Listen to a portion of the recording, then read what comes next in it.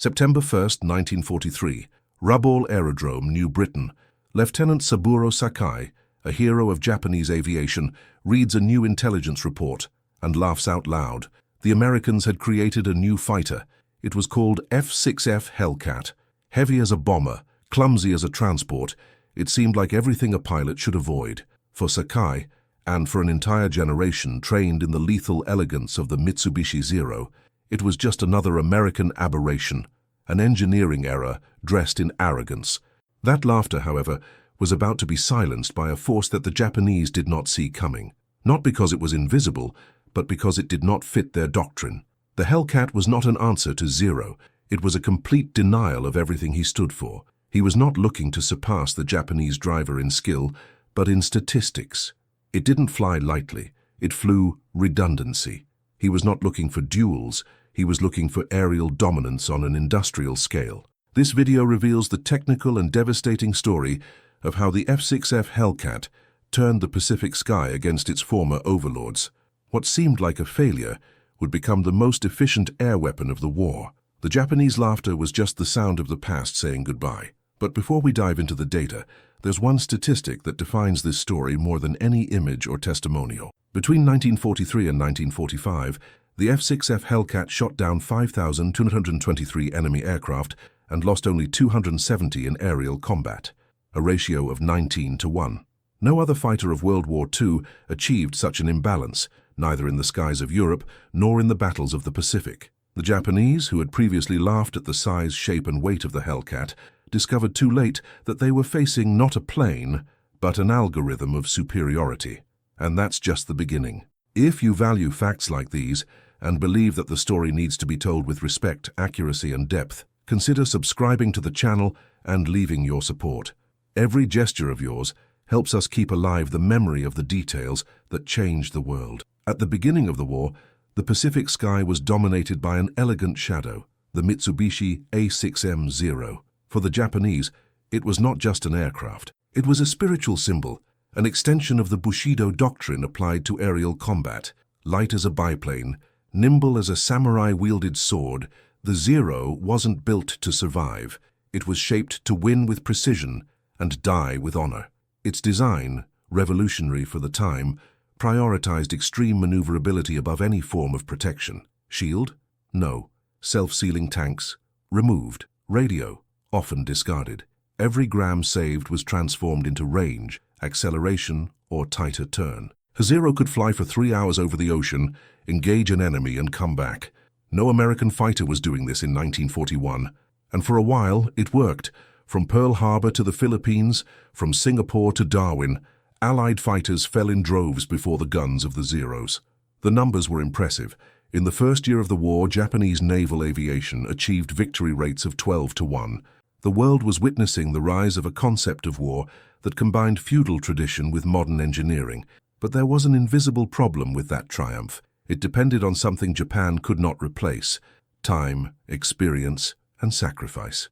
The Japanese pilot was treated as a unique weapon, forged by years of training and indoctrination.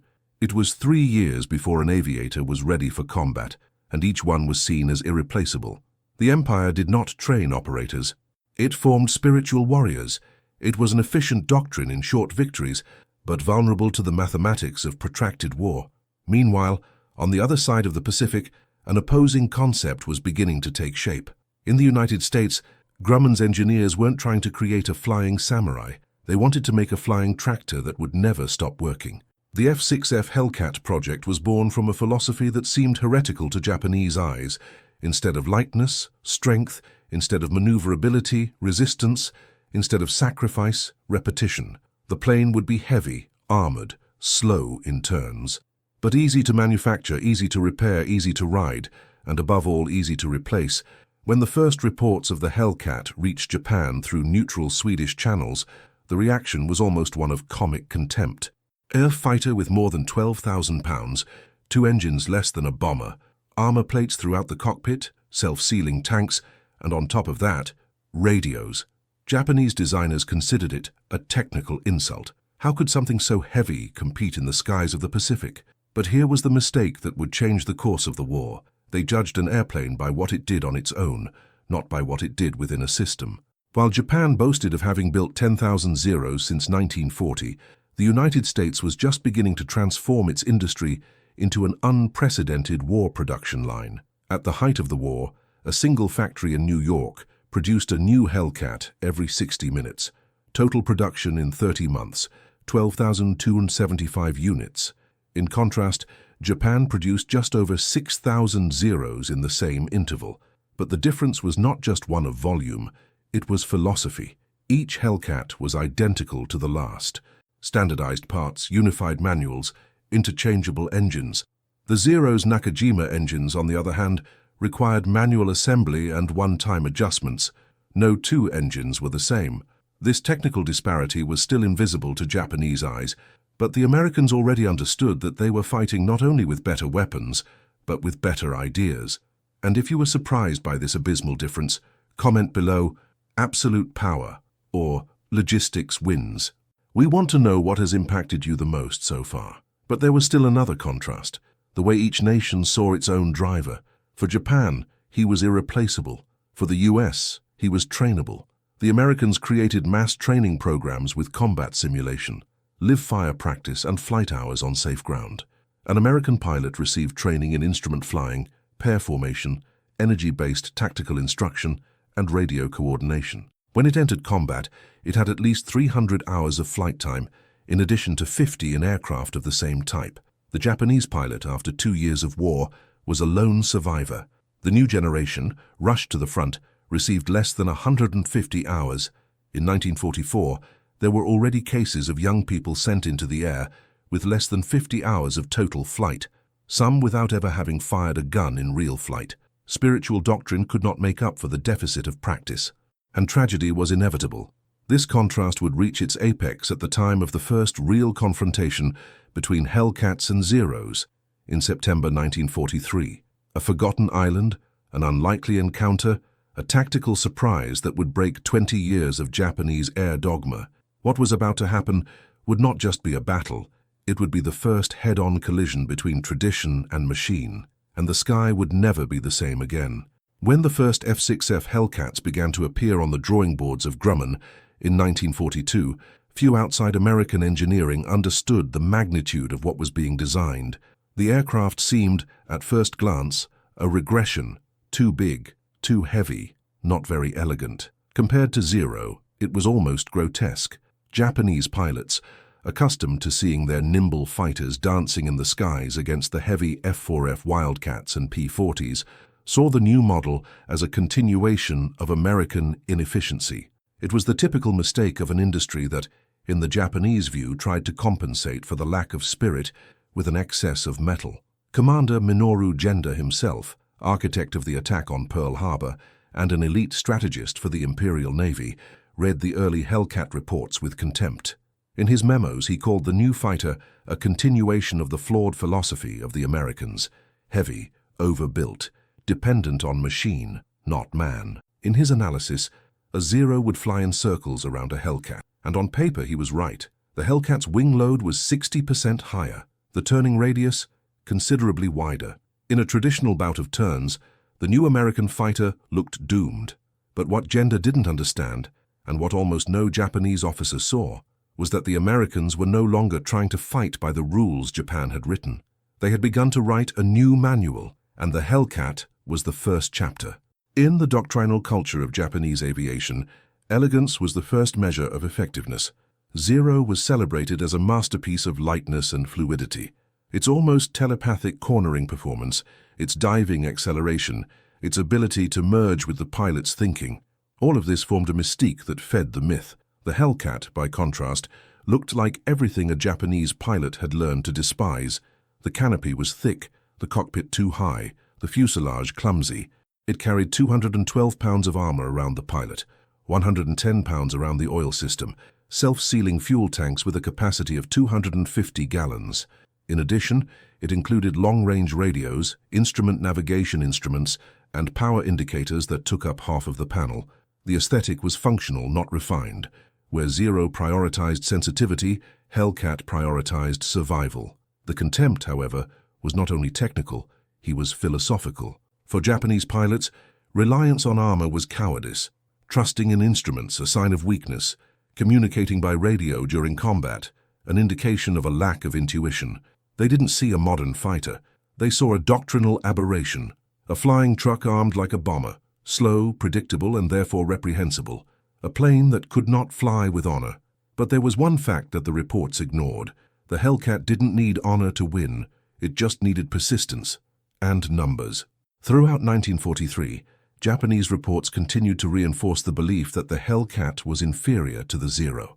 Even after the first encounters over the Central Pacific, Japanese analysts noted that the new American fighter did not exhibit superior maneuverability and seemed to operate slowly in horizontal turns. It was true, but it was also irrelevant. American combat doctrine no longer sought cornering superiority. It sought vertical dominance, accumulated energy, and positional advantage. Instead of trying to spin with the enemy, the Hellcats dived, fired, and climbed back to the safety of altitude. They never played the game that the Japanese wanted to play. This misunderstanding was evident in September 1943, when the first real clashes began to take place on a small scale on the outlying islands. Even in the face of unexpected losses, the Japanese High Command refused to reconsider its assessment.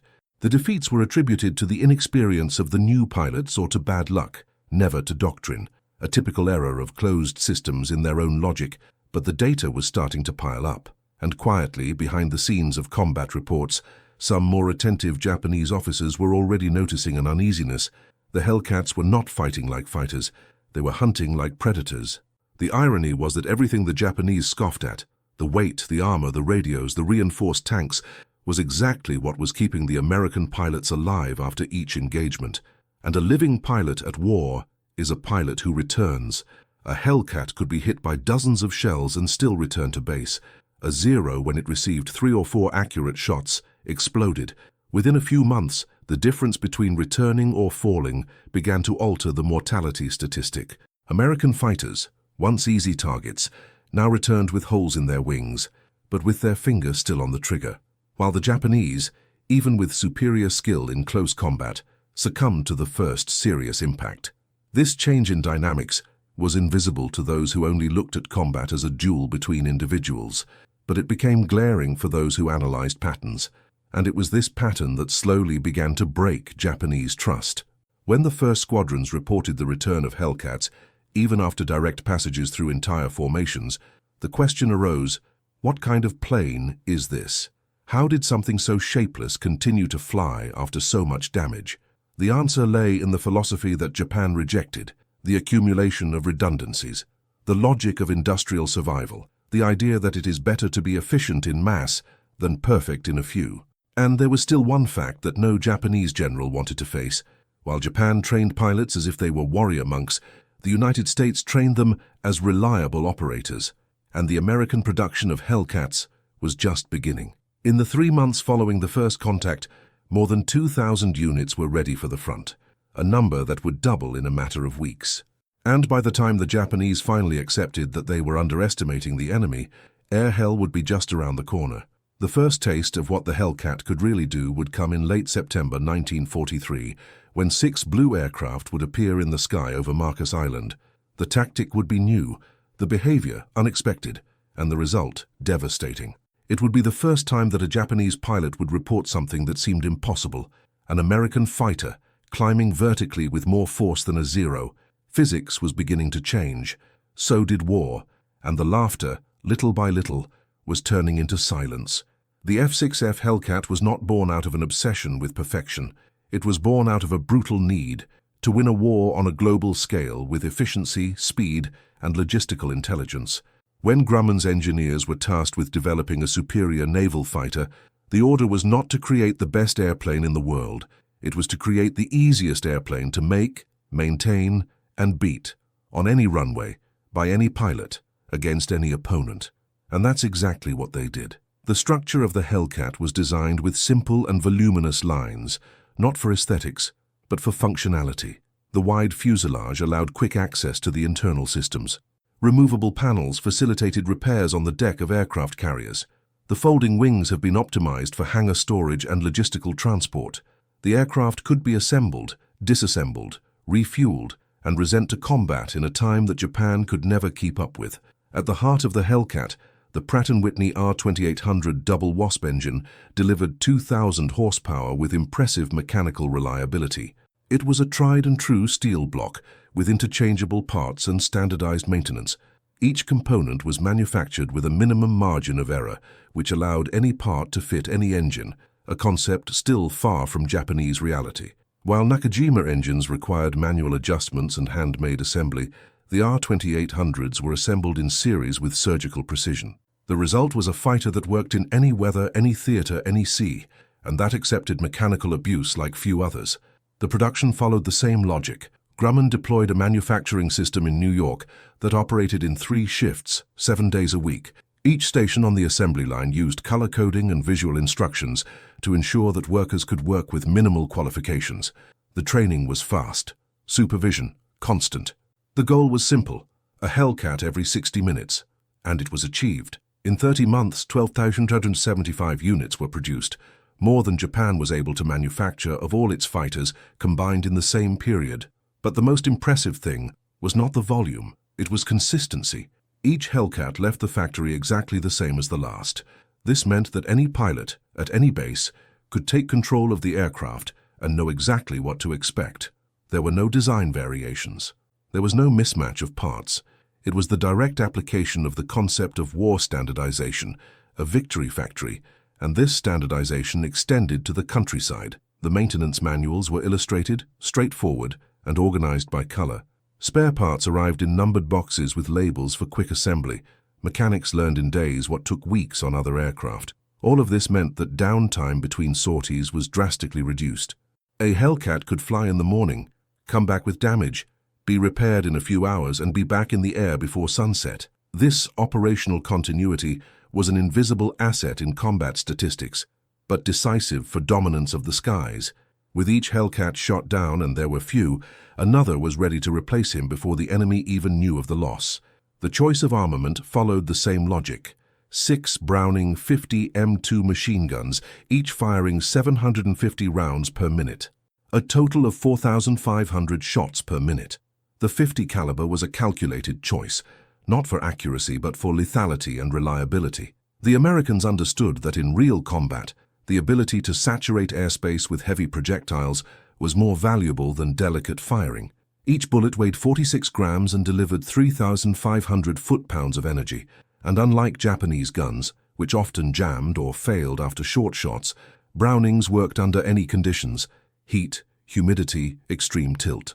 It was the kind of weaponry that didn't have to be pretty, just work, always. The Hellcat is also designed to absorb damage.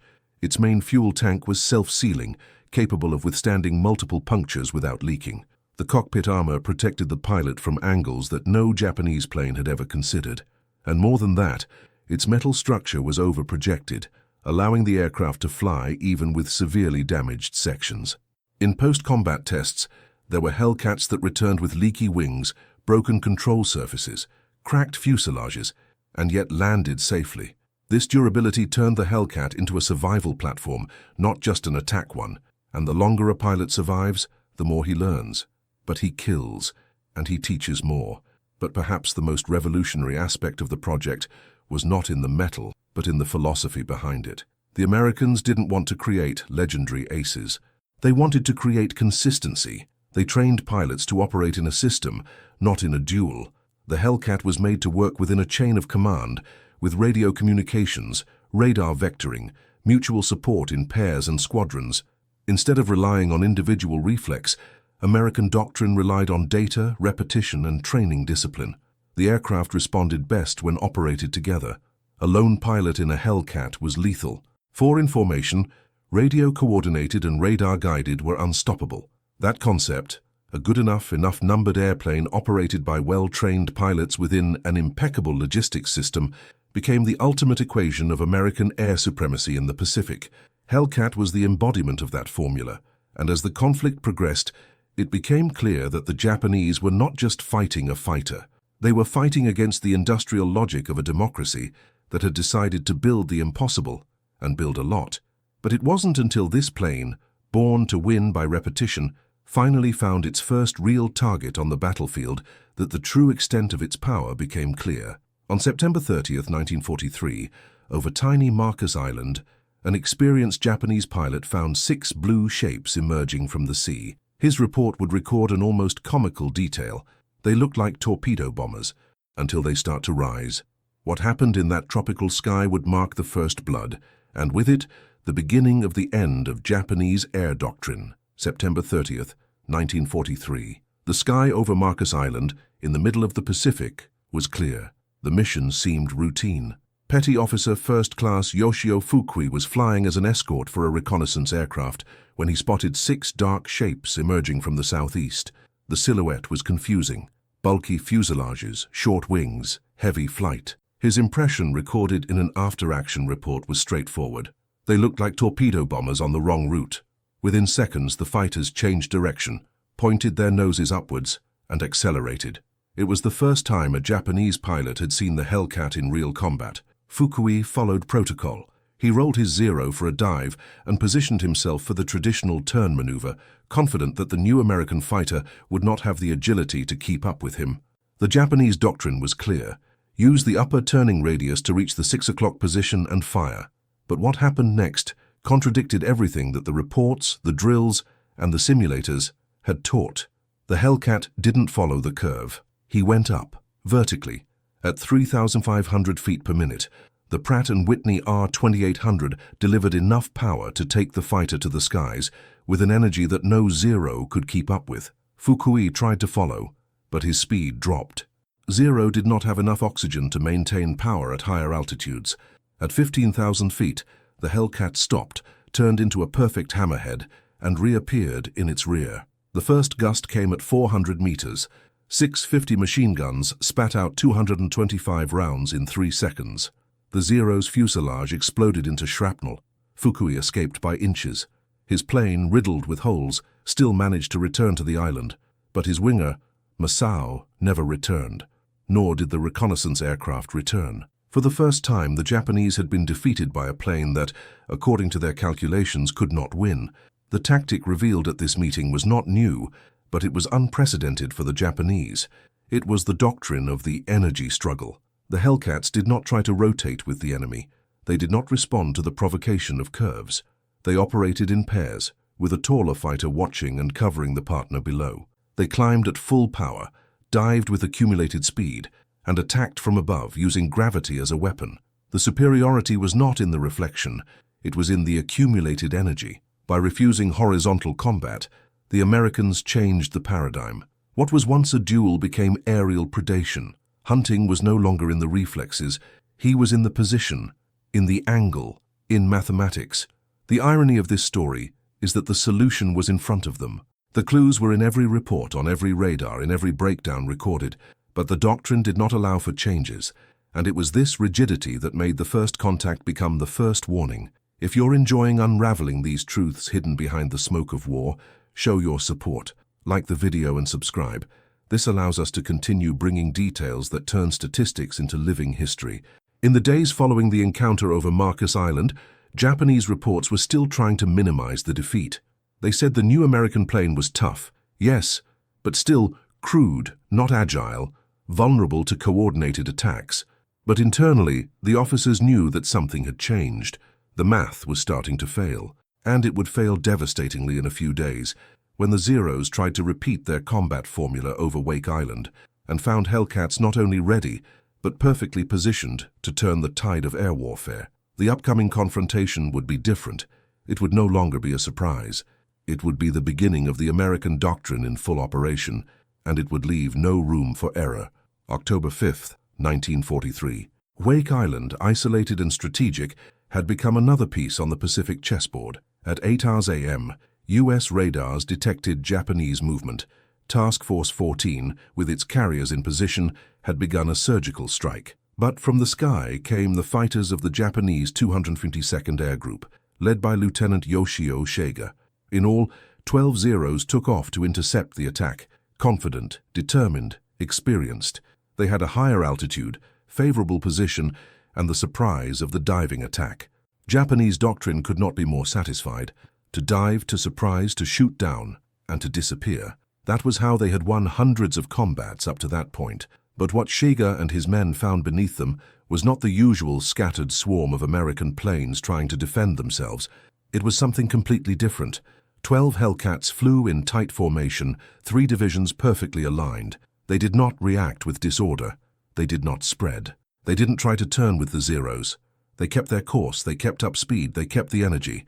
When the first Japanese shots cut through the air, the American response did not come from reflex. It came from doctrine. The Hellcats accelerated in a coordinated dive, keeping their kinetic energy intact. The Zeros' bullets, even when they hit, ricocheted off the armor plates. The cockpit was protected by more than 200 pounds of steel and bulletproof glass. The tanks, self-sealing, resisted direct impacts. The engines, cooled by air, continued to operate even when punctured. By the time the Japanese realized that their fire had been ineffective, the Hellcats were already repositioned. Above them, American doctrine turned each air encounter into an equation of advantage. Pilots were taught to think in terms of potential and kinetic energy. To go up was to store power. Diving was converting that into speed and strength. Fighting horizontally was a choice, and usually a wrong one. The radio was the central tool of training. He coordinated, warned, vectorized. While Japanese pilots still relied on direct vision to know where their allies were, the Americans already operated as an aerial network. A Hellcat in difficulty did not fight alone. A second was already on its way to cover its sector. The Zero, fast and maneuverable, now seemed vulnerable, because he was alone. That morning, 8 Zeros were shot down. No Hellcat was lost. One of the American fighters returned with 11 holes in the fuselage, including the rear stabilizer. The pilot was not even injured. His aircraft landed normally aboard the USS Lexington. It was the first time the Japanese had seen the F-6F's airframe withstand multiple impacts and continue to operate. In the post-combat period, Japanese engineers analyzed the wreckage of Hellcats shot down in other sectors and recorded an unprecedented fact. There were American aircraft that had received more than 30 hits and still returned to base. The Japanese doctrine of combat, based on daring maneuvers and individual skill, was beginning to crumble. The idea of the pilot as a lone warrior, inspired by the Bushido Code, found no place against fighters operating as mechanized squadrons. A Japanese officer interrogated months later would confess, "While we thought of glory, they thought of mutual coverage.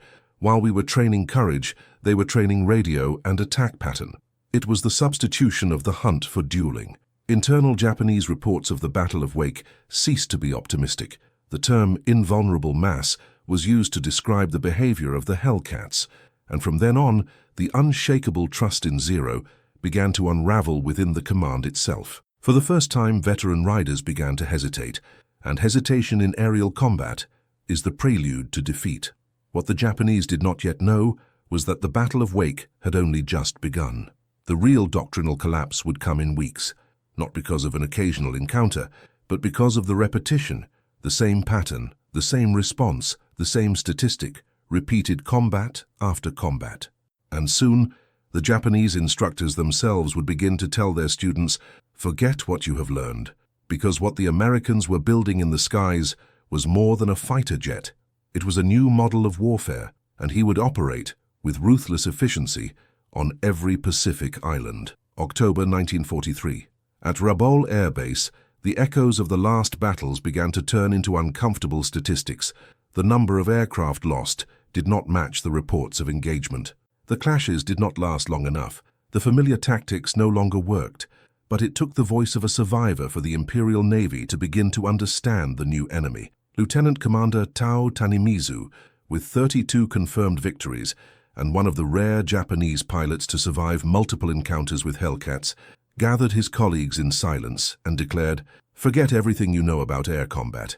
The Americans changed the rules. They no longer fight as warriors. They fight like machines." This phrase was not a metaphor. It was a literal description of the doctrine that now ruled the skies of the Pacific. The F-6F Hellcat was not just an aircraft. It was the visible node of an invisible network of command and coordination. Each fighter flew in pairs, but these pairs were part of divisions, and these divisions were part of groups vectored by radar operators with vision beyond the clouds.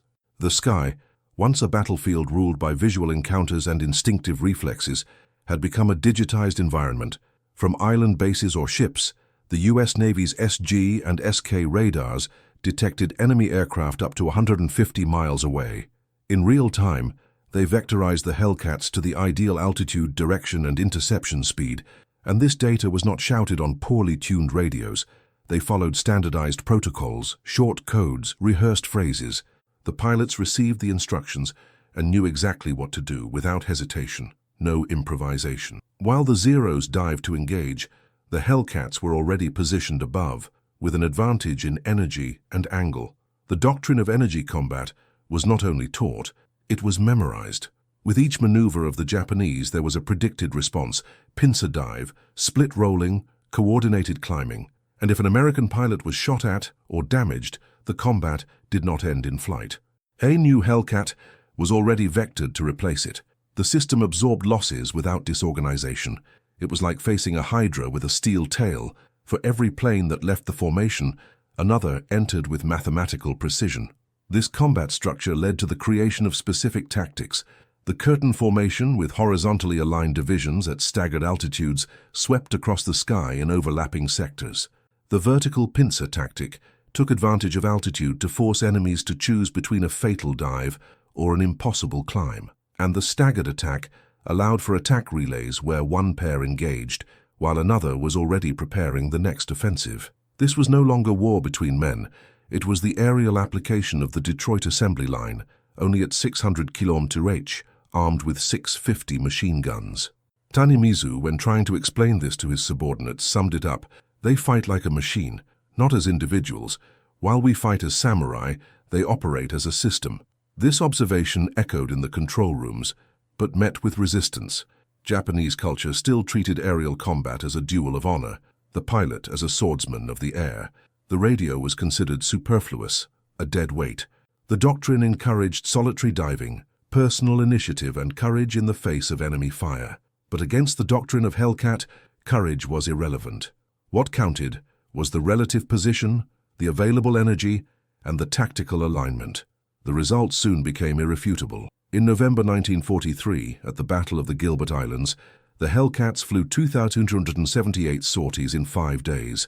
They shot down 105 enemy aircraft with the loss of only 11. An American radar operator, in an internal report, described, "It's like playing chess with a blind opponent.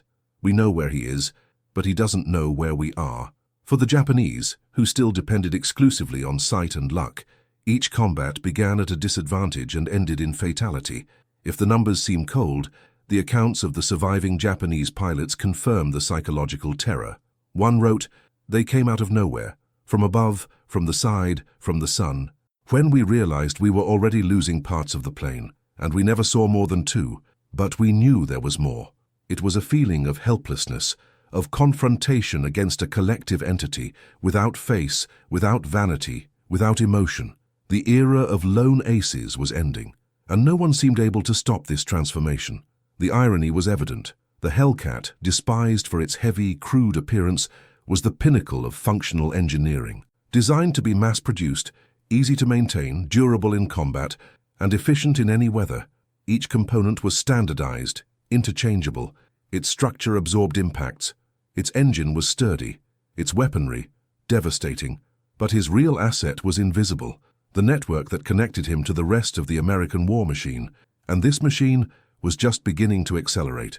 Soon the Japanese would learn what it meant to confront a doctrine on an industrial scale, because what they saw in the skies, the Hellcats, was just the visible tip of a 24-hour production, logistics, and training chain.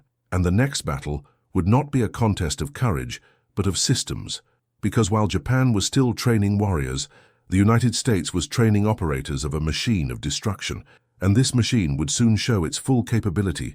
As the F-6F Hellcat took to the skies with its steel force and coordinated doctrine, something deeper was quietly eating away at the backbone of Japanese aviation, the pilot training crisis. What had begun as an elite air force, with airmen like Saburo Sakai and Hiroyoshi Nishizawa racking up dozens of victories with near-surgical precision, was now turning into a desperate line of unprepared young men, thrust to the front with incomplete training, fragmented instruction, and unrealistic expectations.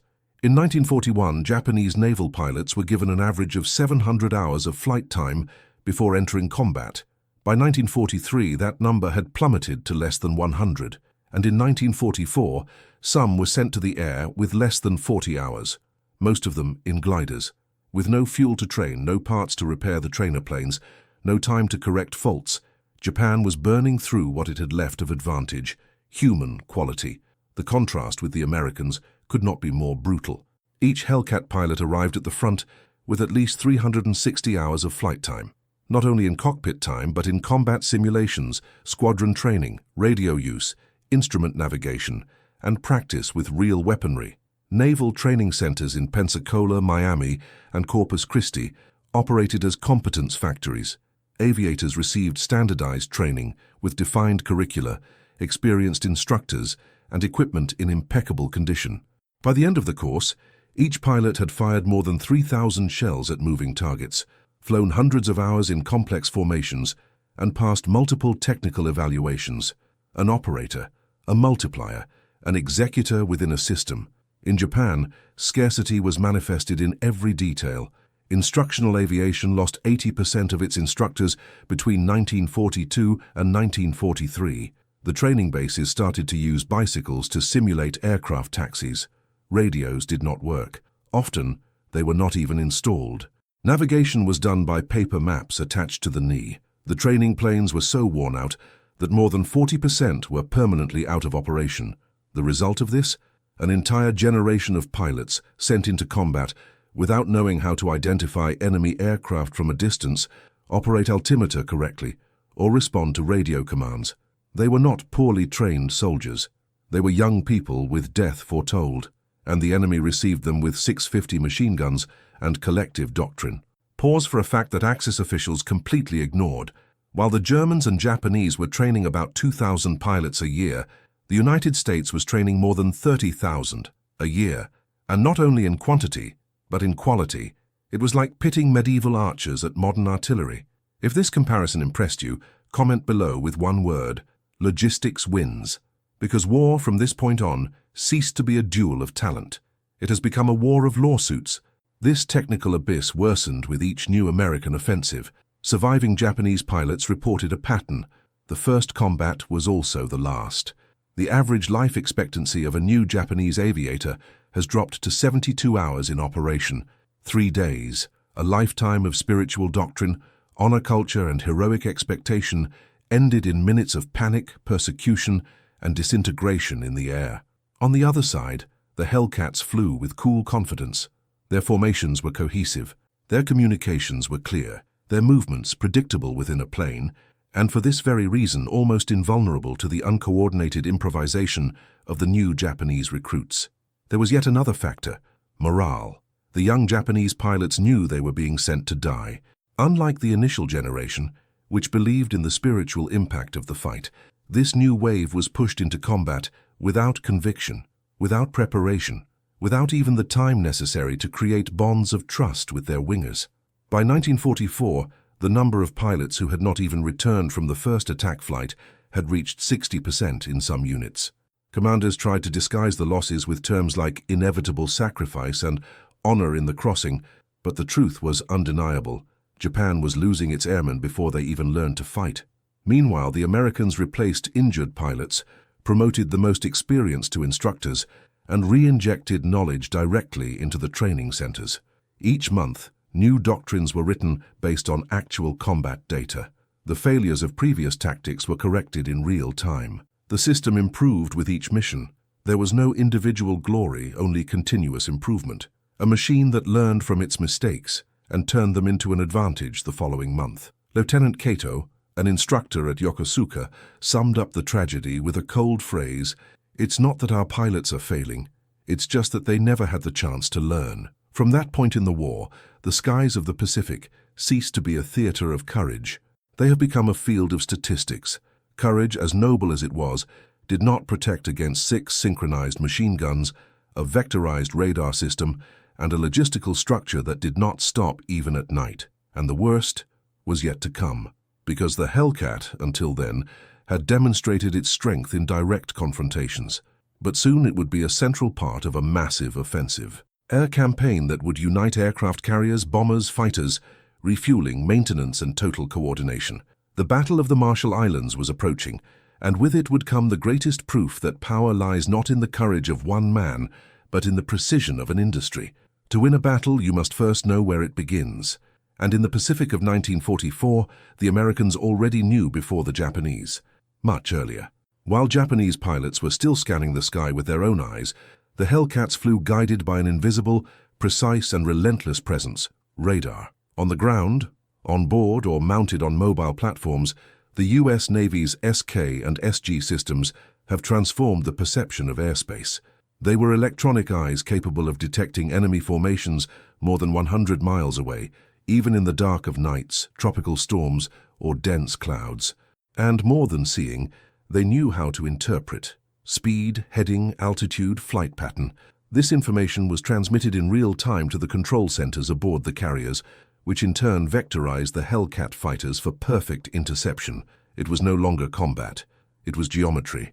The efficiency of the system was such that many times the Hellcats were already in the air before the enemy crossed the horizon. Each squadron operated under direct orders from fighter controllers, officers specially trained to analyze signals and turn numbers into tactics.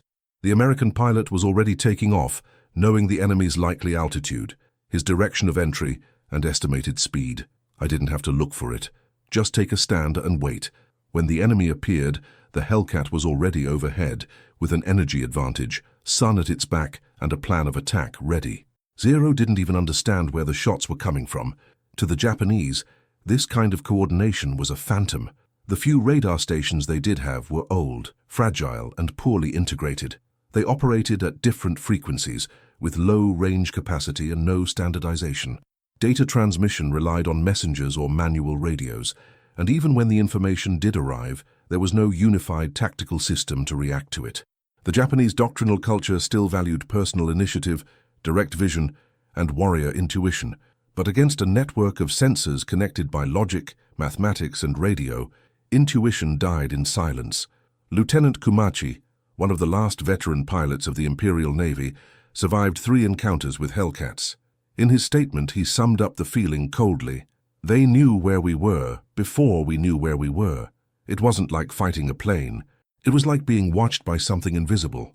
On one of his flights, Kumachi tried to surprise an American formation by flying close to the sea. Before it even reached attack altitude, the Hellcats were already diving over it, coming from 6,000 meters. No one had seen them. Only the SK detectors knew, and all it took was a short command, south flag, 3,000 feet, 12 degrees, to turn a stealthy approach into a fatal ambush. This mastery of information has redefined the concept of air superiority. It was no longer enough to fly better, shoot more accurately, or have a resistant plane. It was necessary to know before. Every second in advance was converted into angle, altitude, initiative. Air warfare, which for years had been decided in visual combat, now became a dice contest. Whoever saw first, killed first. And the Americans saw everything. The operational impact of this technological superiority was devastating. In campaigns such as the Gilbert and Marshall Islands, reports show that 70% of the interceptions made by the Hellcats occurred before the Japanese identified the American formations with the naked eye. In other words, the enemy died without knowing where the shots were coming from. The fight did not begin at the meeting. It started with the frequency, on the radar screen, in the curve traced by an operator who had never seen the sky, but knew exactly where to aim. The system was further enhanced by specialized aircraft, the Grumman TBF Avengers, adapted to carry air and sea search radars. These planes, flying on patrol ahead of the fleets, created a detection bubble that stretched for hundreds of miles. The Hellcats then were launched as guided projectiles against targets that had not even crossed the horizon. What for the Japanese was neutral territory, for the Americans was already dominated space. And in this space, there was no surprise. Confirmation only. The American doctrine of war thus consolidated a new paradigm, that of anticipated lethality. The enemy was no longer expected to show the colors. It was identified, tracked, vectorized, and eliminated with arithmetic precision. The pilot, no matter how skillful he was, became part of a larger system where the human factor was integrated into the decision-making machine. The Hellcat was the armed wing of a superior tactical intelligence, one that operated from the seabed, from the tops of aircraft carriers and from electronic radar clouds. Japan, with no means to combat this integration, began to feel the weight of technological blindness. Every month it lost more pilots, more planes, more confidence. With each combat, the distance between intention and execution increased. And by the time the Japanese generals finally understood the impact of this difference, it was too late. Because invisible warfare had a new domain, it was no longer who piloted best, but who saw first. And those who dominated the sky without being seen had already won the battle. American supremacy by radar was not a technicality, it was a strategic sentence. But even with electronic eyes controlling the sky, there was one last variable that completed this ecosystem of destruction, something that no Japanese doctrine had foreseen: the closed industrial cycle of American naval aviation. Because while Japan was trying to keep its air fleet together with scarce parts and desperate improvisations, the Americans were already producing Hellcats faster than the Japanese could shoot them down. And the next chapter of that story would reveal the number that really broke the backbone of the empire. October 1944. The coast of Formosa was teeming with signs. For the Japanese High Command, it was a chance to turn the tide. The American fleet was approaching, a formation of aircraft carriers, battleships and escorts preparing the ground for the advance toward the Philippines. It was, according to Japanese strategists, the great opportunity to deal a devastating blow to the U.S. Navy. The intelligence confirmed dozens of ships were concentrated in waters to the east of the island. The order was given: launch everything, all that was left. On October 12th, more than 700 Japanese aircraft took off from fields in Formosa, Okinawa, and secondary bases in Kyushu. It was the last wave with veteran pilots, men with more than 10 victories, survivors of the Guadalcanal and Rabaul campaigns. It was, in theory, the last breath with real technique. The Imperial Navy's reports were categorical within the first 48 hours. They sank the carrier Franklin, incapacitated the Hancock, damaged 3 cruisers, shot down more than 200 enemy planes. The victory was so resounding that the announcement was made by Tokyo's own official radio, broadcast to the entire population. The sky belongs to the rising sun again. Civilians celebrated. Posters have been updated. The glory had returned. But there was a problem. None of this was true. The Hellcat's gun cameras, reviewed one by American intelligence analysts, showed a completely different reality. There was no more ambush. There was no longer any surprise. Each Japanese formation that crossed the radar line was intercepted before it reached any strategic target. The tactic was now surgical: radar vectoring, escalation attack, destruction by saturation of coordinated fire. Planes approached and were annihilated miles from the fleet, without even seeing their targets. In just 3 days of combat, between October 12th and 14, the Hellcats recorded the destruction of 329 Japanese aircraft, 3 times as much as Japan had lost in the entire attack on Pearl Harbor. The U.S. Navy lost only 89 aircraft, less than half of which were in direct combat, the rest by accidents or friendly fire. No aircraft carriers were sunk. No battleship suffered significant damage. The stricken ships returned to combat in less than 72 hours. Even more serious, among the pilots shot down, there were dozens of elite veterans. The few names that still kept the ancient doctrine alive were erased within days.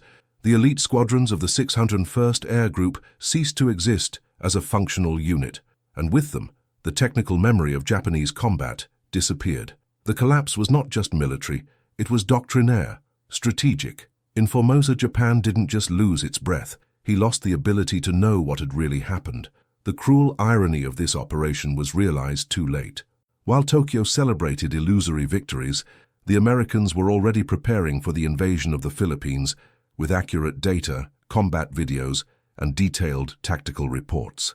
The enemy's mistakes had been recorded, literally, by the lenses fitted to the Hellcat's wings. The war now had visual proof. There was no longer any denying reality. The Japanese planes came in droves, but without coordination, without cover, without chance. They flew to their deaths, thinking they were winning. Japanese strategic perception had completely collapsed, a system that not only failed to win, but failed to interpret what it had lost. The American commanders, when analyzing the data of the confrontation, did not feel euphoria. They felt astonishment, because the ease of victory revealed something deeper. The enemy no longer knew how to fight, and worse, he did not know that he had already lost. Admiral William Halsey, upon being informed of the final results of the Japanese operation, is said to have said only one sentence: "They have given us their last aces, and we shot them down before they could say goodbye." War, which had once been a duel of titans, was now an overwhelming asymmetry of perception, production, and technological dominance, but the real breaking point would come soon after. With the defeat at Formosa, Japan would realize that it could no longer sustain a war of attrition, and in a desperate gesture, his generals would authorize something that would forever change the war in the Pacific, the start of kamikaze attacks. Because when all else fails, when doctrine, planes, systems, and veterans fall, all that's left is to sacrifice the body. And the Hellcat, tough as ever, was about to face an enemy that didn't want to return. On June 19, 1944, the sky above the Philippine Sea gained a new name among American pilots: the Great Marianas Turkey Shoot. It was an almost comical nickname for what, in practice, was an aerial extermination operation on an industrial scale. At 10 a.m., the Imperial Japanese Navy launched its largest offensive since the Battle of Midway. More than 370 aircraft, including Zeros, Yokosuka D-4Y bombers, and Nakajima B-6N torpedo bombers, took off from aircraft carriers and ground bases with a clear mission: to break the American wall and prevent landings on Japanese-controlled islands. The plan was bold, massive, coordinated, but he did not take into account one detail: the enemy already saw them, and he was ready. The Hellcats were positioned in layers. SK long-range radars detected the strike groups more than 100 miles away. Each Japanese group was vectorized before it even crossed the horizon line. The first interception took place 110 kilometers from the American fleet. The Hellcats, guided by embarked air combat operators, flew with an altitude advantage, sun at their backs and fuel for more than an hour of maneuvers. As the Zeros emerged from the clouds, they were met by 50-caliber machine gun bursts fired with mathematical precision. The first confrontation lasted only 12 minutes. More than 40 Japanese aircraft were shot down before they even completed the descent. But that was just the beginning. The second wave was intercepted while attempting to adjust altitude. The third was scrapped before reaching the point of separation. And those who managed to advance to the American ships found a coordinated anti-aircraft defense, integrating surface radar, automatic cannons, and electronic countermeasures. Nothing passed. Nothing came back. The carnage was recorded by gun cameras, radios, and visual reports. The blue sky became the scene of burning wreckage and nameless bodies. At the end of the day, the count was staggering: 346 Japanese planes destroyed. Of the aircraft carriers Shokaku and Taiho, only 35% of aircraft returned. In some units, the loss rate reached 92%. The term "turkey shoot," coined by American pilots after the battle, was a cruelly accurate expression. In rural America, hunting turkeys indoors was considered an easy sport. The animals had no way to escape. They didn't fly high. They didn't understand the danger. It was a sure shot. And there in the skies of the Pacific, men who had trained for months for tactical combat were reduced to the status of defenseless targets, not because they were less brave, but because they were operating on a failed doctrine against an enemy who had rewritten the rules. The Japanese Air Force at that moment ceased to be a strategic threat. It became raw material for statistics. An American official summed up the day coolly: "It was not a battle. It was accounting." Admiral Raymond Spruance, commanding the U.S. Fifth Fleet, wrote in his campaign diary, "The sky is now ours. They have no way to get it out anymore." And in fact, they never took it off again. After the massacre in the Marianas, Japan lost its ability to mount large-scale air offensives.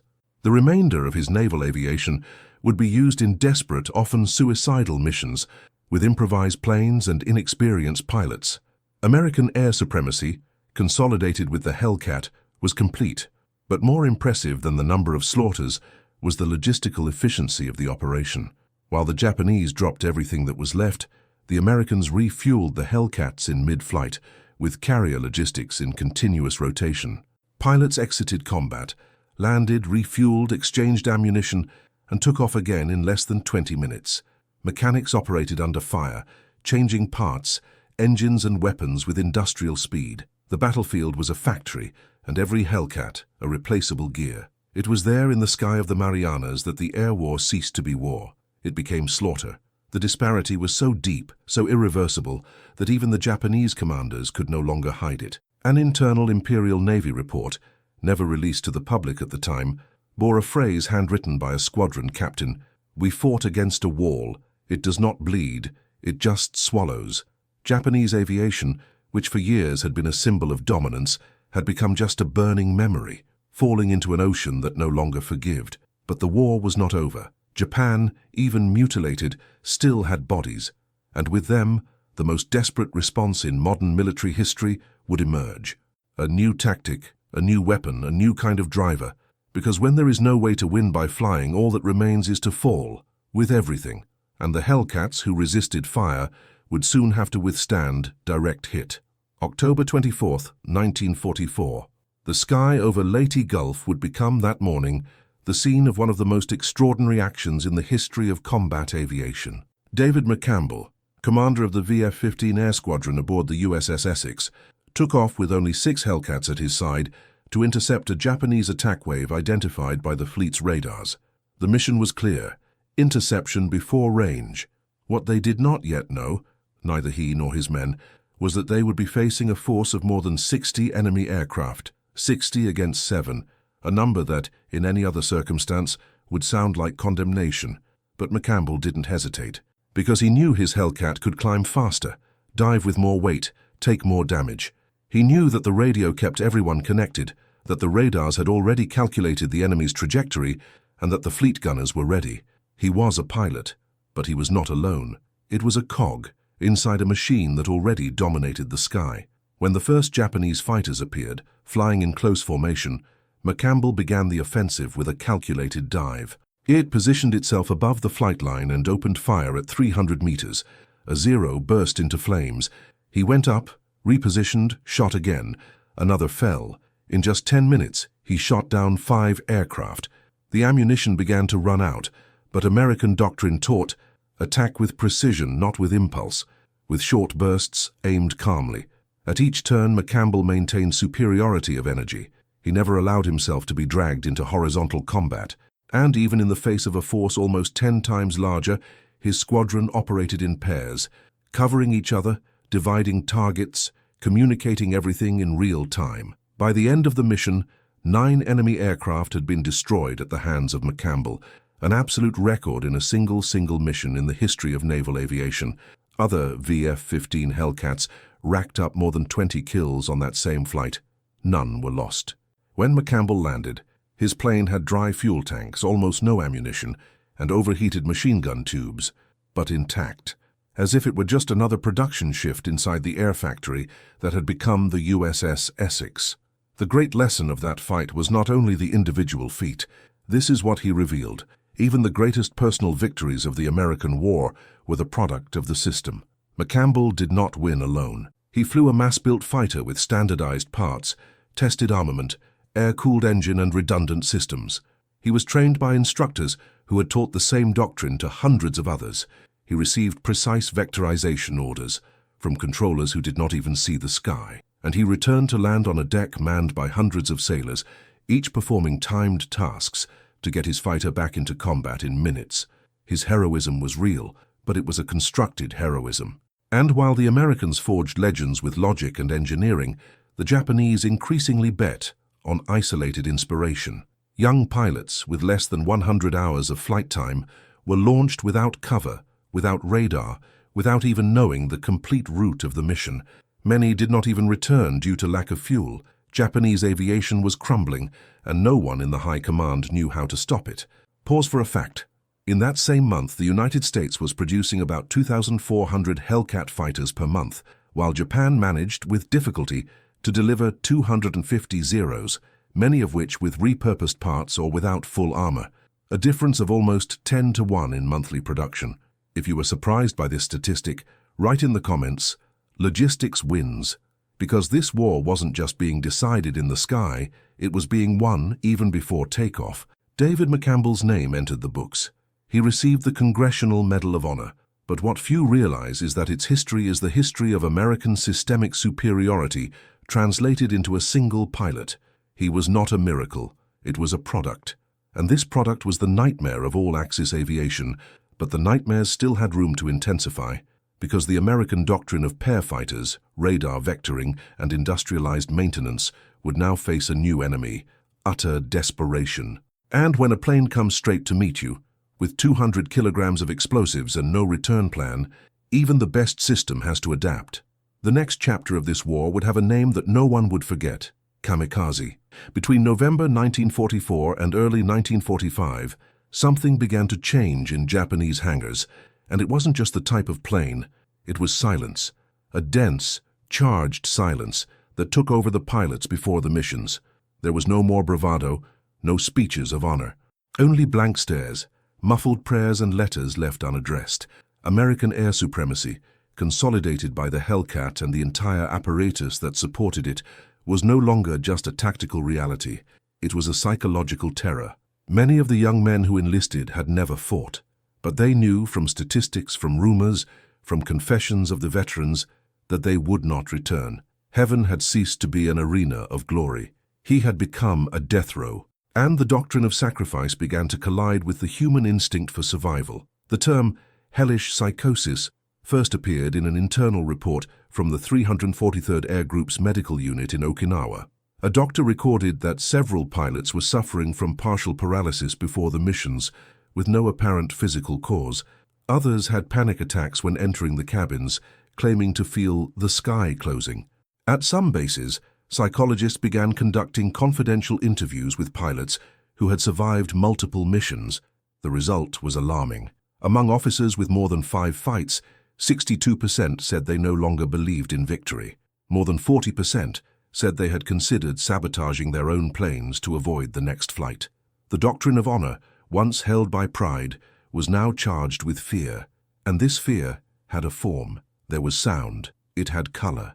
It was the roar of the Pratt Whitney R-2800 engine, which the Japanese claimed to recognize from afar. It was the blue hull of the Hellcat, which always appeared from above, at speed, in pairs. It was the voice of the American controllers, who invaded Japanese radio frequencies with short rational messages. Vectored target. Enemy formation detected. Maintain altitude and attack flank. It was, for the Japanese, the sound of an enemy that did not tremble, that did not hesitate, that did not make mistakes. An enemy that seemed to operate without emotion, as if flying and killing was just part of an industrial process. This perception eroded the morale of the more experienced units. Commander Jiro Mori, an ace of naval aviation, wrote in his diary, "I no longer fear death. I fear uselessness. To rise is already to fall. They know where we are before we know why we are." On another basis, a veteran instructor refused to take off with his students, claiming he was delivering lambs to the slaughterhouse. He was arrested for insubordination. But he was not the only one. Cases of disguised desertion, internal sabotage, and self-injury began to multiply. One pilot plunged his Zero into the ground while still on the track. Another purposely destroyed his radio, citing malfunction. When questioned, he replied coldly, "I would rather fly deaf than listen to the orders that tell me to die." Meanwhile, on American aircraft carriers, the scenario was different. Pilots had lunch, trained, watched briefings with projections, graphics, simulations. They were told about ideal altitudes, evasion routes, attack patterns. Each mission was rehearsed, timed, adjusted. If a driver made a mistake, he went back to the simulator. If he got it right, he became a reference. There was confidence, not in luck but in the process. Each downed Hellcat was replaced by another the next day. Each pilot shot down by a new one, trained in exactly the same way. The American war was a production line, emotionally controlled, technically repeatable. In Japan, the myth remained, but even it was beginning to fall apart. The High Command required pilots to fill out forms before missions, stating that they are ready to die for the homeland. Some signed in anger, others blank. Some refused. An intelligence officer, while reviewing the papers of a kamikaze squad, found family drawings, erased words, and symbols of doubt. No one commented, but everyone knew. Fear had won over the code, and this had direct consequences on the battlefield. The pilots no longer reacted aggressively. They hesitated. They were shot down without counterattacking. They flew too low, too late, poorly armed. Many did not even know how to operate the radios. By the time they located the Hellcats, it was too late. and when they were located, that was the end. The psychological warfare, even without firing a shot, had already been won. Because a soldier's biggest nightmare isn't dying in combat, it's knowing that he'll die before he even fights. And the historical irony is brutal. The Japanese doctrine, which taught contempt for death, was now a victim of its own teaching. Because when dying becomes an obligation, not glory, sacrifice ceases to be heroic and becomes despair. What was left for Japan was to push its youth into the sky in increasingly improvised planes, flown by men who were less and less convinced. The ruin was no longer technical. She was human. But there was one last hope, one last resort, a last attempt to reverse the war by the force of impact, not by the logic of combat. And this resource had a name. There was a method. It had a target. Because when doctrine fails, production fails, morals fail. All that remains is to transform one's own body into a weapon. And the next part of this story will be written not with tactics, but with speed, explosives, and marked destiny. The age of kamikazes was about to begin. April 1945. The island of Okinawa, the last step before the Japanese archipelago, had become the epicenter of a war fought not only with bombs and projectiles, but with opposing ideologies. On the one hand, the United States of America, with its mechanized divisions, its fleets supplied by hundreds of support ships, its radar-coordinated fighters, operating as cogs in an immense, cold and predictable system. On the other, the Japanese Empire, emptied of resources, exhausted of strategy, but full of young people willing to die for what was left of their homeland. The name. It was the beginning of the most brutal air campaign of the war, and the protagonists would no longer be the dogfights of skill, but the clashes between reason and sacrifice, between technology and faith, among the Hellcats and the kamikazes. In the first 3 days of the Battle of Okinawa, the U.S. Navy was attacked by more than 350 suicide planes. Zeros modified with 250 kilogram bombs, twin-engine planes with fuel tanks removed to increase the explosive load, improvised training with wooden models, all this made up the new Japanese doctrine, the Tokotai, the Special Attack Unit, a generation of young men educated not to win but to throw themselves. And against this new type of threat, the U.S. Navy knew that no amount of armor was enough. It was necessary to prevent the impact. It was necessary to prevent before, and then they came in, the Hellcats. Fighters prepared not for duels but for constant patrols. With additional fuel tanks, missions could last 4 or 5 hours. The doctrine was now one of perimeter defense, and for this, a new attack pattern was conceived.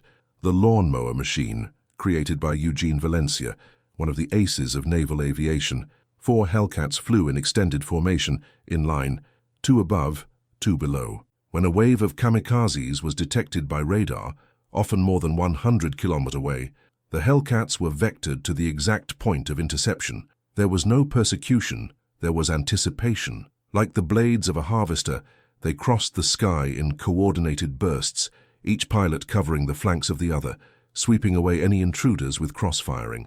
The maneuverability of the Zero, which had once been a legend, was now useless, because the kamikaze didn't come to fight. He came to get it right, and one was enough. But the system worked. Of the approximately 1,900 kamikaze attacks launched against the American fleet during the Okinawa campaign, more than 80% were intercepted before they reached their targets. Most of them were Hellcats operating under integrated air command. The rest were shot down by embarked anti-aircraft artillery, also guided by radar. America's ability to react turned every suicide attack into a statistic, cold, controlled, predictable. And this, more than the defense itself, was what destroyed the enemy. Because the kamikaze expected death, but he also expected an impact, one sense, an explosion that justified his choice. When it fell into the sea before range, or exploded in the air without causing harm, the sacrifice emptied. It was martyrdom without memory. Even so, the cost was high. In the first 45 days of the campaign, 36 ships were sunk. Another 368 suffered damage, some severe. Most of them were hit by isolated attacks, which managed to break through the defense cordon. American commanders knew it didn't matter how many kamikazes were killed. One was enough to turn an aircraft carrier into a funeral pyre. Therefore, the rhythm was incessant. Day and night air patrols, alternating flight shifts, exhausted pilots, taking turns in 4-hour shifts, but never without coverage, never without strategy. Each mission was computed, vectorized, recorded. Meanwhile, at Japanese bases in Kyushu, young kamikazes were taken to hangars under ceremonial silence. They received banners with the rising sun, cups of sake and prayers from superiors. A squadron commander, after delivering the last briefing, wept in front of his men, apologized, and he said, "What we can't overcome with technique, we overcome with body." But the body, even willing, did not beat the system.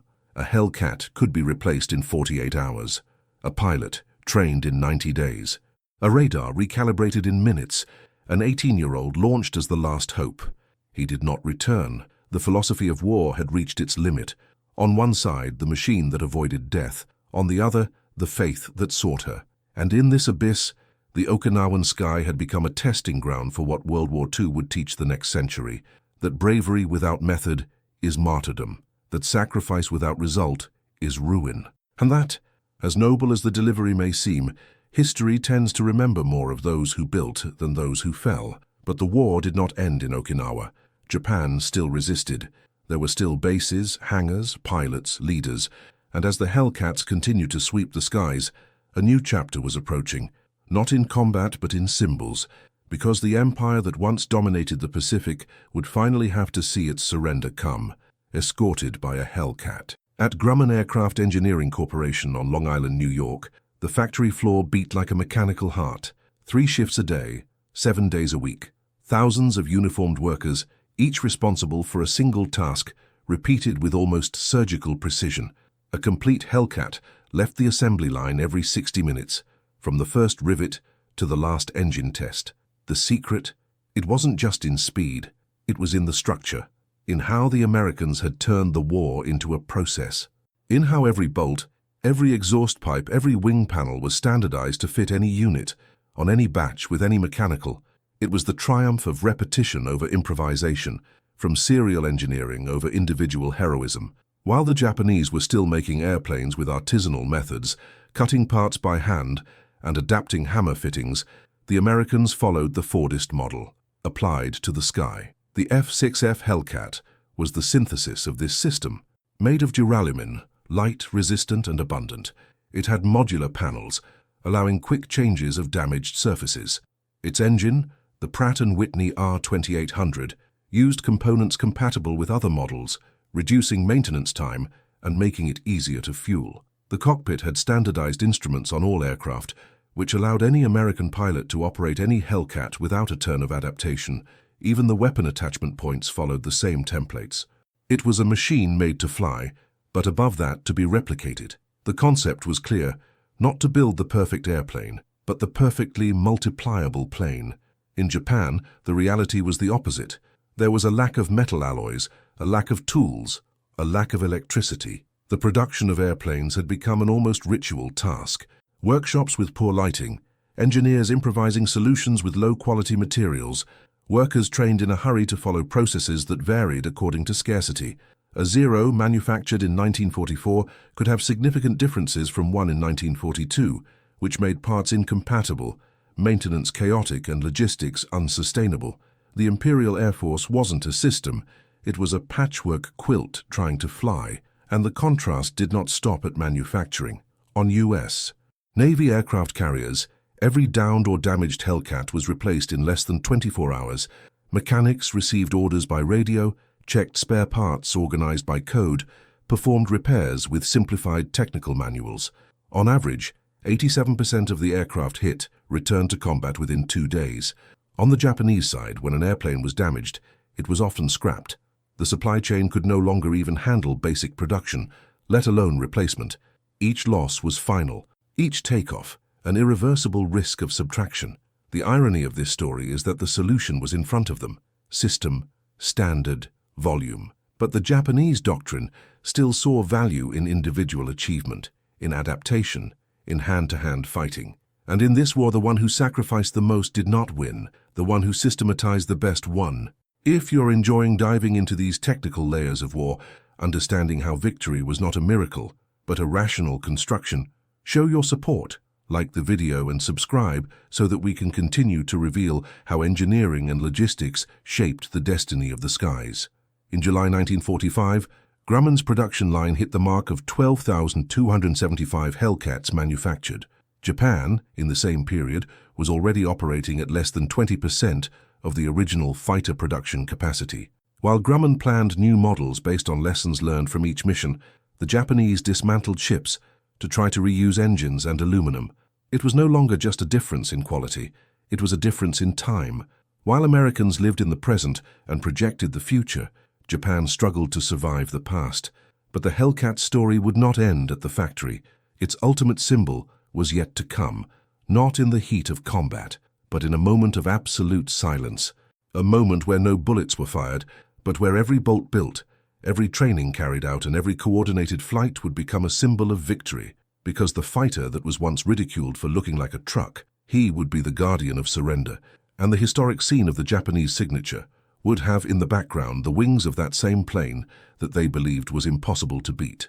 By the end of 1944, the skies of the Pacific had ceased to be the scene of combat. They became corridors of execution. The Japanese pilot no longer set out on a mission, he set out for a dilemma: carry forward the teachings of Bushido or face the tactical futility of each takeoff. The code of honor that had shaped the backbone of imperial aviation, courage, direct confrontation, contempt for life in the name of symbolic victory, now collided with a brutal reality. The Hellcats did not accept the duel. They rejected combat under the same rules. They did not fly to beat the man in front of them. They flew to fulfill the protocol of a much larger, invisible, rational, and lethal aerial machine. For the Japanese pilots, this was more than a humiliation. It was the collapse of a way of thinking about war. The doctrine said, attack, even with a disadvantage. But the disadvantage was now absolute. The Hellcat climbed higher, dived faster, withstood more damage, possessed more guns, flew radar support, radio coordinated, with artillery cover and logistical backup throughout the Pacific Islands. Attacking him head-on was suicide.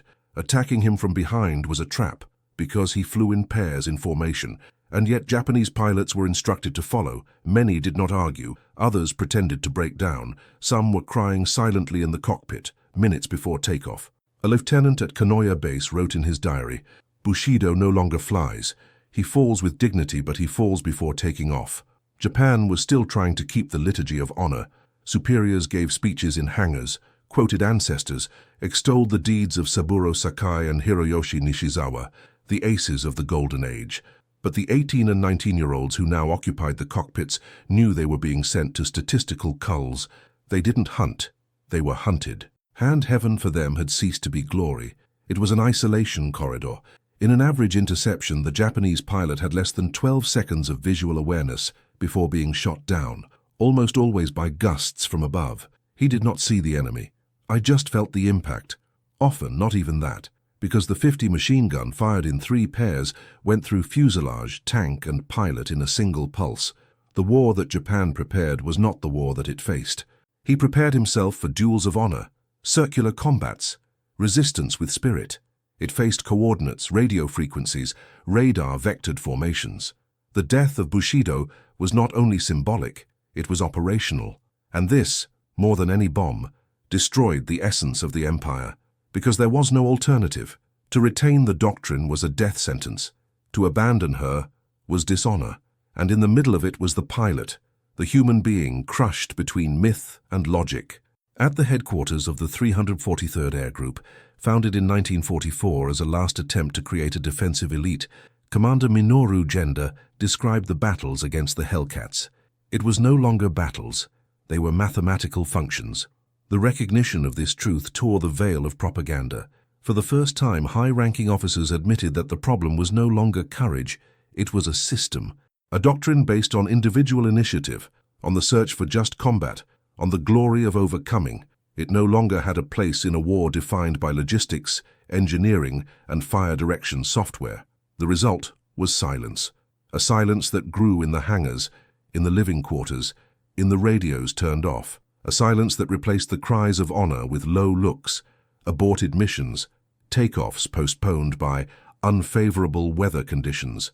The American system didn't just beat the air, he conquered the soul. Because it didn't allow fighting, just statistics. By the end of the war, there were fewer than 300 operational fighters left in Japan, many without parts, others without fuel, most of them without pilots. What had once been the elite weapon of the Pacific had become a spectre, trapped in the glory of the past and the impotence of the present. And the Hellcat, that flying truck ridiculed in 1943, now flew as the absolute lord of the skies, without having to prove anything else, just fulfilling mission. Because the real strength of modern warfare lies not in how you attack, but in how you avoid error.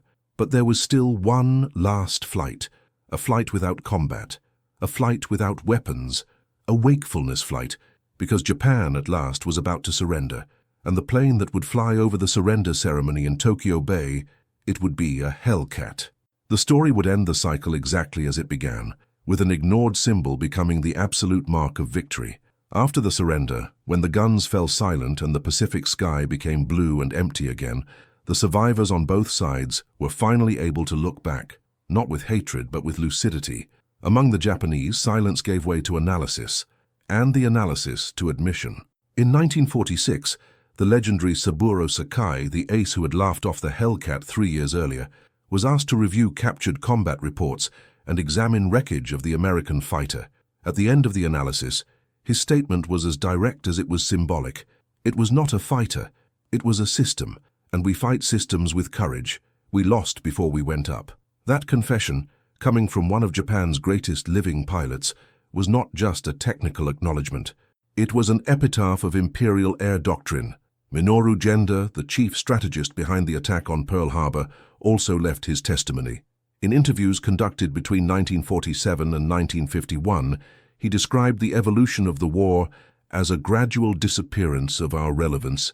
Asked about the first time he heard about F6F, he smiled and said, "We laughed, and we laugh out of ignorance. We thought we knew what a fighter was, they knew what a war was." Genda recognized that the error was not in Zero, but in everything that surrounded it. The absence of flexible doctrine, the logistical bankruptcy, the insistence on philosophical principles applied to the machine age. In his view, the air war of the future, which was already being born during the Pacific campaign, would be won by whoever best understood systems, not duels. But no testimony was as symbolic as that of Jiro Horikoshi, the chief engineer of the Mitsubishi A6M0. In 1947, he had the chance to examine a Hellcat dismantled by American technicians in Japan. He touched the pieces, analyzed the fittings, read the translated technical manuals. At the end, he said the phrase that would become one of the most quoted by post-war aeronautical historians: "We designed a sword. They built a sword factory." This sentence was not just about design. He spoke of mentality. While Horikoshi and his team devoted years to creating a precision aircraft, thought of as an extension of the pilot's body, the Americans designed something functional, interchangeable, maintained by any crew, flown by any trained recruit. A profoundly impersonal and profoundly lethal concept. These testimonies, coming from the other side of the war, carry a weight that no American propaganda could generate. They are not slogans. These are conclusions. They don't talk about glory. They talk about facts. And they reveal that behind every myth destroyed, there was also a consciousness being born, a bitter but honest conscience, that modern war is not won with conviction, it is won with adaptation. What bravery without structure is noise, that honor without logistics is an empty sacrifice, and that the ability to laugh at the enemy is often the clearest proof that defeat has already begun. It is possible to trace the psychological impact of these findings in subsequent generations. By the 1950s, instruction manuals for the new Japanese Air Force included translations of American doctrines. In the 1960s, Japanese engineers began to adopt standardized methodologies inspired by the U.S. industrial model. On a visit to the new airbase at Iruma in 1963, an American general commented, "Today, they build like us. They learned through pain." The recognition of the past, even painful, shaped the future. The F6F Hellcat became a symbol of this not only for what it did, but for how it forced the enemy to rethink everything it believed in. He didn't just destroy planes. He dismantled ideas. It made Japan's best pilots question their beliefs. It made the engineers review their concepts. It made even the most rigid doctrinaires accept that, sometimes, What seems crude is, in fact, what was most thought out, that the ugly is functional, and that the functional wins. But perhaps the most symbolic of all testimonies came from a name almost erased from history, Lieutenant Hiroshi Ichikawa. In testimony to the Allied Observation Commission in Tokyo, he wrote, "I do not fear the Hellcat for its fire. I fear for your logic. He didn't hunt me, he was waiting for me." Ichikawa described the feeling of always being late, to take off already at a disadvantage, of flying with the past, trying to get the present right. His final sentence echoes strongly to this day. We were taught to fight with soul. They fought with the system. Heaven decided.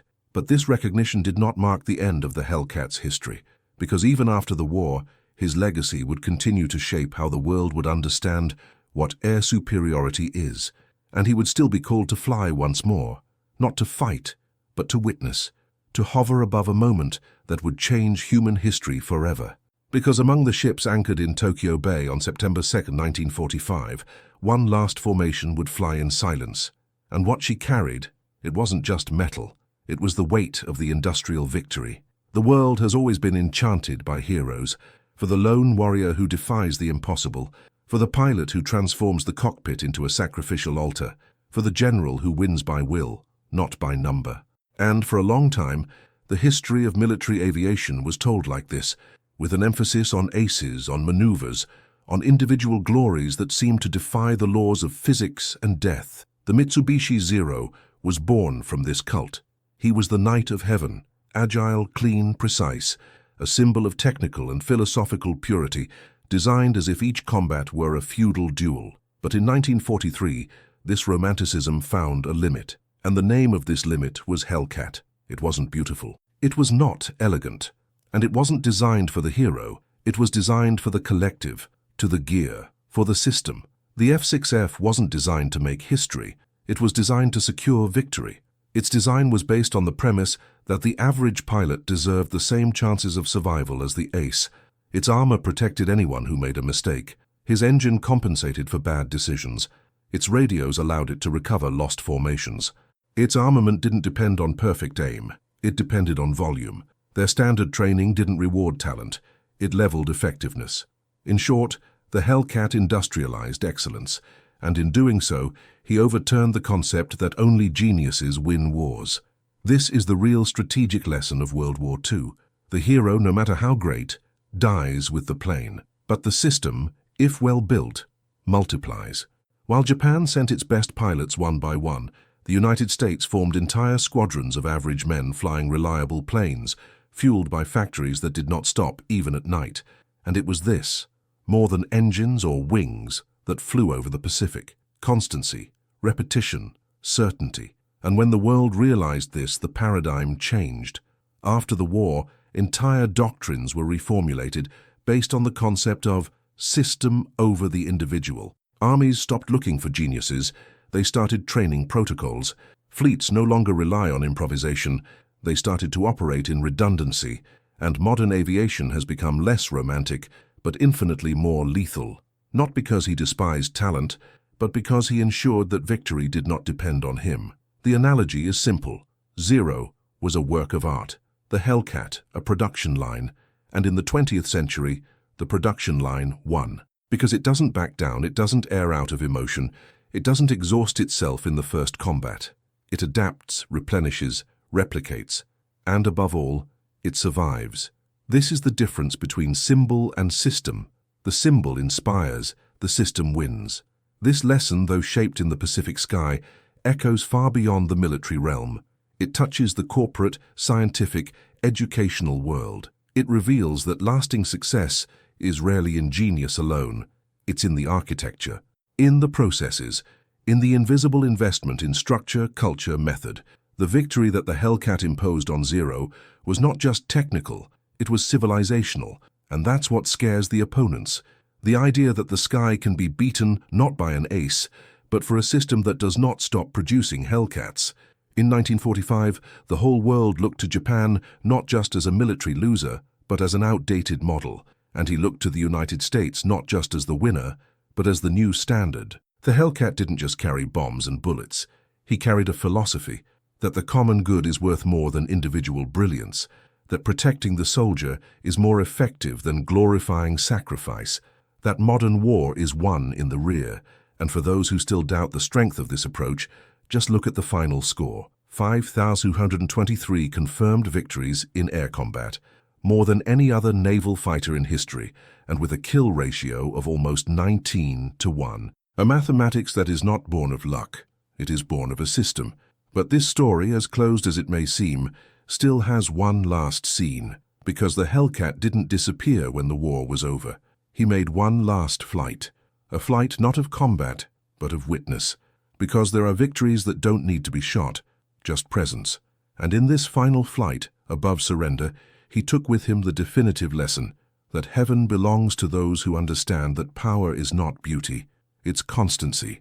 Saburo Sakai laughed, and with it, dozens of commanders, hundreds of instructors, and thousands of young aviators trained under the unbreakable doctrine of the spirit over the machine. That laughter, born at airfields like Rabaul, echoed lightly, almost naively through the Pacific Islands.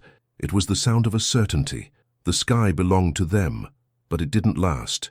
As the Hellcats emerged, in pairs, squadrons, closed formations, waves coordinated like cogs in a much larger machine, the laughter turned to silence.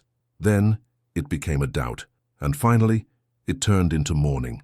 F-6F Hellcat didn't beat the Zeros in an epic duel. There was no decisive clash between titans, nor a battle that sealed fate in a single day. The American victory came like the airplane itself, heavy, repetitive, methodical. It was conquered in every mission, in every radar beam, in every standardized part replacement. Japan has not lost to a pilot, it lost to a system. That is the ultimate lesson. Modern warfare is not won by the sharpest sword, but by the forge that can produce 1,000 swords per hour.